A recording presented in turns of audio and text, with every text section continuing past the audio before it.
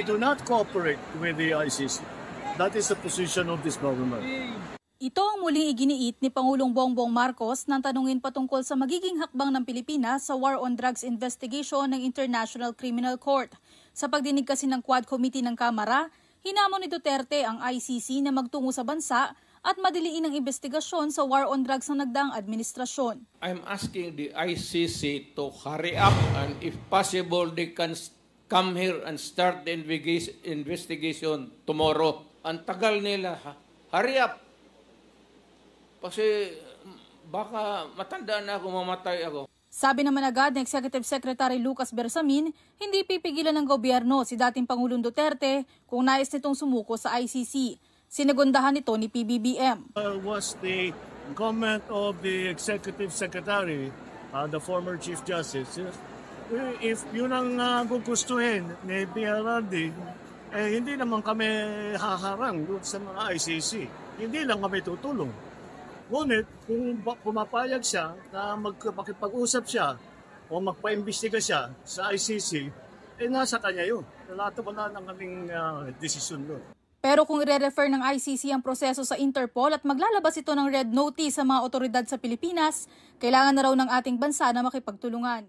As Secretary Remulla explained before, we have obligations to Interpol and we have to live up to those obligations. Sa usapin naman sa West Philippine Sea, nakausap na raw ng Pangulo ang ambasador ng Pilipinas sa Beijing na ipinatawag ng China.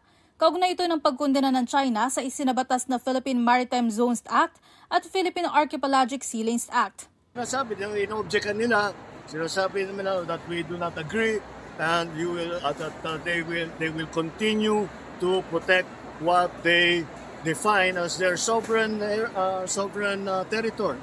Of course, we do not agree with their definition of sovereign territory. So, naman na pinapagod dahil ganun pa rin ang sitwasyon natin, ganun pa rin ang posisyon. Una nang sinabi ni Pangulong Bongbong Marcos na layo ng dalawang ipinasang batas na maging malinaw ang sakop ng ating teritoryo. At kahit na umaangal ang China, patuloy pa rin daw na ipaglalaban ng Pilipinas ang karapatan sa West Philippine Sea. Mobile Journal Julie Baiza po, hatid ang mukha ng balita. Chocolate, chichirya, at iba pa, kahit natatawag na junk food, tinatangkilik pa niya ng marami sa atin. Kung titignan naman kahit paano, may mga nutritional facts sa likod ng pakete. Pero hindi ito sapat ayon sa Healthy Philippines Alliance. Lalo't based sa report ng UN, 7 sa bawat 10 namamatay ay dahil sa non-communicable disease gaya ng sakit sa puso at diabetes. Mga sakit na maaaring may kinalaman sa lifestyle at kinakain. Kaya ang isinusulong ng grupo, magkaroon ng food label policy na naglalayong ilagay ang babala sa harap ng pakete ng processed food. Ang mamimili, syempre, magde-decide yan based sa information na meron siya. Na itong mga pagkain na to ay excessive na. Syempre, magdadalawang isip na siyang bumili ng mga ganitoong pagkain. Tulad ng pa-octagon warning sign na makikita agad kung ang produkto ay may labis na sugar, sodium, o iba pang sangkap na maaaring makasama sa kalusugan. Sa isang survey ng Social Weather Station noong March, 66% ng mga Pilipino ang nagsasabing sinusuportahan nila ang ganitong polisiya. Ang ilang consumer na aking nakausap, naniniwalang dapat malaman nila kung ano ang nilalaman ng produkto na kanilang binili. Natural, magbabago na ako ng isip, di ko nabibilin yun. Depende yun sa disiplina ko. Kung matigas ang ulo ko, bibilin ko pa rin siya. Siguro ganun. Sabihin ko pala isipan ka, ang dalawang isip ka ng ganun. Kahit mura siguro. Hindi naman pwedeng kain lang tayo ng kain, bili tayo ng bili. Target ng Philippines Healthy Alliance na itaas ang health literacy ng mga Pinoy sa pamamagitan ng kanilang food warning label policy. Right to know yung ating ibinibigay sa kanila so that we can also increase yung health literacy ng ating mga kababayan. Malaga ang pagiging aware sa mga kinakain natin upang manatiling malakas at malusog. Kaya naman ngayon pala, sabi nga nila, always check the label. Mobile Journal, Ivanta rin po hatid ang mukha ng balita. Certified Lakwachero. Gaya ng ibang Gen Z, ganyan daw si Adrian Tabag ng Tarlac. Pero hindi sa mall o sa mga club para pumarty ang punta niya. Tuwing linggo, ito ang pinupuntahan ni Adrian. Mula sa patag na kalsada sa Kapas, kalahating oras silang naglalakad marating lang ang Aita community ng Sitio Kalangitan. Ang pakay nila, maturuang magbasa at magsulat ang mga katutubo. Tayo para sa pagdating ng mga bisita. 2022 nang mag-umpisa ang NGO na Liwanag at Dunong na magturo sa mga Aita. Si Adrian naman ay sumali noong June 2024. Noong una, mga bata lang daw ang kanilang mga tinuturuan. Pero ang mga matatandang miyembro ng Aita community nagpakita rin daw ng interes sa pagbabasa, pagsusulat at pagbibilang. At isa sa mga rason ng mga nanay at tatay doon sa community bakit gusto nilang matuto, kasi gusto nilang turuan ng assignments yung mga anak nila.